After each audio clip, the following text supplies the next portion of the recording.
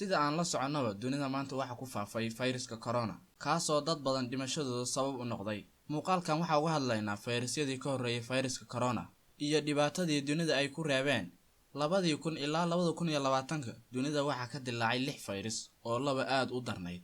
Fayrasyada oo kala ahaa SARS, hargabka shimbiraha, hargabka doofaarka, MERS, Ebola iyo Zika. fayrasyadan oo weli daawadooda la raadinayo waxa ugu halista badnaa hargabka doofaarka iyo Ebola. 2003 dunida waxa ka dilaacay fayraska SARS la yiraahdo, wuxuuna gaaray ilaa 37 dal oo ku yaala Yurub, Waqooyiga Ameerika iyo Asia. 9 bilood gudahooda wuxuu ku dhacay 8422 qof, waxaana u dhintay 916 ruux. 2 sano kadib 2005 waxaa soo baxay fayraska hargabka shimbiraha ee loo yaqaan H5N1.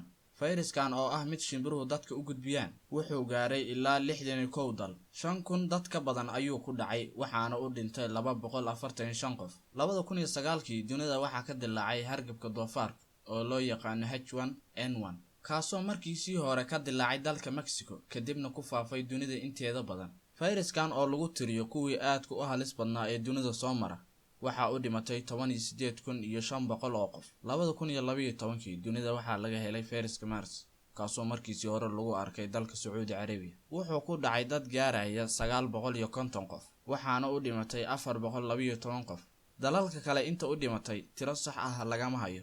1 sano kadib 2013 fayraska Ebola ayaa ka dilaacay galbeedka Afrika. Ebola waxaa lagu tiriyaa fayraskii ugu halista badnaa ee dunida la tacaasho, kaas oo ku dhacay 18638 qof. 11,000 oo dadkaas ka mid ah ayaa u dhimatay. 2015 fayraska kaneecada ee loo yaqaan Zika ayaa ka dilaacay dalka Brazil, wuxuuna gaaray ilaa 21 dal. fayraskan ayaa inta badan wuxuu ku dhacay haweenka uurka leh, kaas oo sabab u noqday 5,000 carruur ka badan inay madaxa beelaan.